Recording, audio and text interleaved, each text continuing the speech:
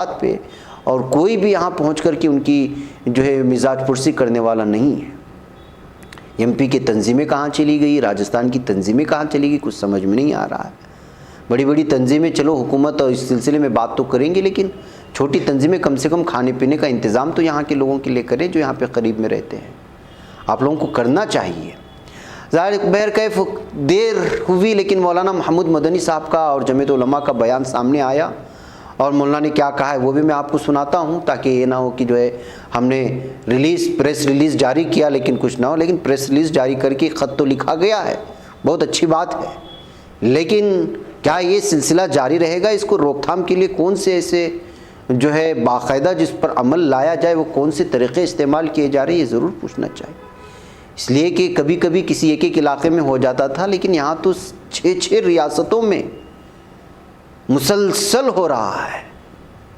رام نومی تہوار کے موقع پر ملک کی کئی ریاستوں میں، بالخصوص مدھیہ پردیش کے کھرگون میں ہوئے فرقہ وارانہ تشدد، اس کا نام دیا جا رہا ہے کہ فرقہ وارانہ تشدد تھا ہی نہیں، یہ تو منظم طور پر ایسا محسوس ہو رہا ہے کہ جو نشاندہی کر کے پورے محلے کو تباہ و برباد کرنے کے لیے منصوبہ بنایا گیا تھا۔ بہرکیف اس سلسلے میں مولانا محمود اسد مدنی صاحب نے سخت بے چینی اور اضطراب کا اظہار کیا ہے۔ مولانا مدنی نے اس پر تشویش کا اظہار کیا کہ فسادیوں نے ملک میں عادت بنا لی ہے کہ وہ مسلم محلوں میں جا کر منافرت پر مبنی نعرے لگاتے ہیں، وہاں انتہائی اشتعال انگیز حرکتیں کرتے ہیں اور مسجدوں اور عبادت گاہوں کی توہین کرتے ہیں۔ انہیں اس سلسلے میں لا اینڈ آرڈر کی طرف سے کوئی رکاوٹ اور دقت بھی نہیں ہے۔ مولانا مدنی نے اس سلسلے میں ملک کے وزیر داخلہ امت شاہ کو خط لکھ کر متوجہ کیا ہے کہ وہ ایسے بے قابو ہو رہے حالات پر قدغن لگائیں اور ملک کو انارکی کی راہ پر لگاتار چلنے سے روکیں۔ مولانا مدنی نے خاص طور سے مدھیہ پردیش کے کھرگون میں ہوئے سانحہ پر روشنی ڈالتے ہوئے کہا کہ یہاں اقلیتی طبقے کو کافی نقصان اٹھانا پڑا، سماج دشمن عناصر کی جانب سے متعدد گھروں اور مذہبی مقامات کو نظر آتش کیا اور لوٹ مار کی گئی۔ یہ دیکھنا انتہائی افسوسناک ہے کہ تشدد کے پھیلنے کے بعد اب مقامی انتظامیہ اقلیتی برادری کو ہراساں کرنے پر تلی ہوئی ہے۔ نشان زد طریقے سے مسلمانوں کے املاک اور ان کی رہائش گاہوں کو مسمار کیا جا رہا ہے۔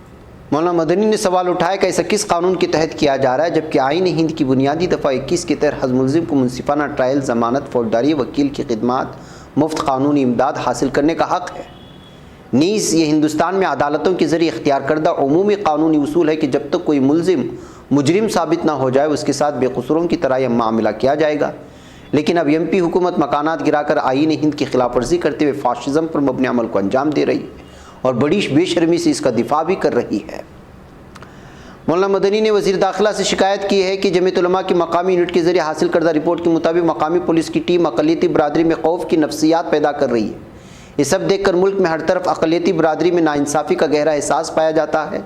مولانا مدنی نے وزیر داخلہ سے مطالبہ کیا کہ کھرگون تشدد کی سچائی کو سامنے لانے کے لیے ایک اعلیٰ سطحی عدالتی تحقیقاتی کمیٹی تشکیل دے، نیز ان تمام لوگوں کے خلاف مقدمہ چلایا جائے جنہوں نے جلوس کے دوران تشدد کو ہوا دی جس کی وجہ سے یہ پورا واقعہ ہوا۔ بہرکیف جمعیت علماء کے جنرل سیکریٹری مولانا حکیم الدین قاسمی لگاتار کھرگون کے اعلیٰ افسران سے رابطے میں یہ بیان کیا جا رہا ہے اور نیز جمعیت علماء کھرگون کے ذمہ داران مفتی رفیق اور حافظ ادریس سے رپورٹ بھی لے رہے، یہ بھی کہا جا رہا ہے، لیکن یہاں کے مقامی سطح کی کیا صورتحال ہے وہ تو آپ جانتی ہیں۔ میں 2-3 ویڈیو آپ کو آواز سے سناؤں گا، اس بچی کی بھی سن لیجئے گا، اس کے بعد نجم الدین صاحب کا بھی، پھر آپ خود اندازہ لگائیں کیا ہوا ہے۔ بتانا ہے نا کہاں جا رہے تھے؟ وہاں جا رہے ہیں نانا کے گھر۔ نانا کے گھر؟ کیا لے کے جا رہی ہو آپ؟ وہ آٹا آٹا لے کے جا رہے ہو؟ رو کیوں رہی ہو آپ؟ اور جانے نہیں دے رہے، وہاں 2 دن سے بھوکے۔ 2 دن سے بھوکے ہیں؟ کہاں پر؟ وہ تو گلشن نگر۔ گلشن نگر جا رہی ہو؟ ہاں، آٹا اور کیا لے کے جا رہے ہو اس میں؟ چاول آٹا اور چاول۔ کیا نام لکھتی ہو آپ؟ صابن کہاں رہتی ہو آپ؟ سنجے نگر۔ سنجے نگر میں رہتی ہو؟ ٹھیک۔ مت کرو انشاءاللہ، سمجھے اتنا نہیں سوچو۔ آج 2 تاریخ کے بعد سے بس یہی سوچ رہے کہ کیا کریں گے اور کیسے کریں گے ہم کام، کہ ہمارا پالن پوشن کیسے کریں گے۔ ایسا چھوٹا موٹا کام کرتے جس سے ہمارے پریوار کا گزارا چلتا۔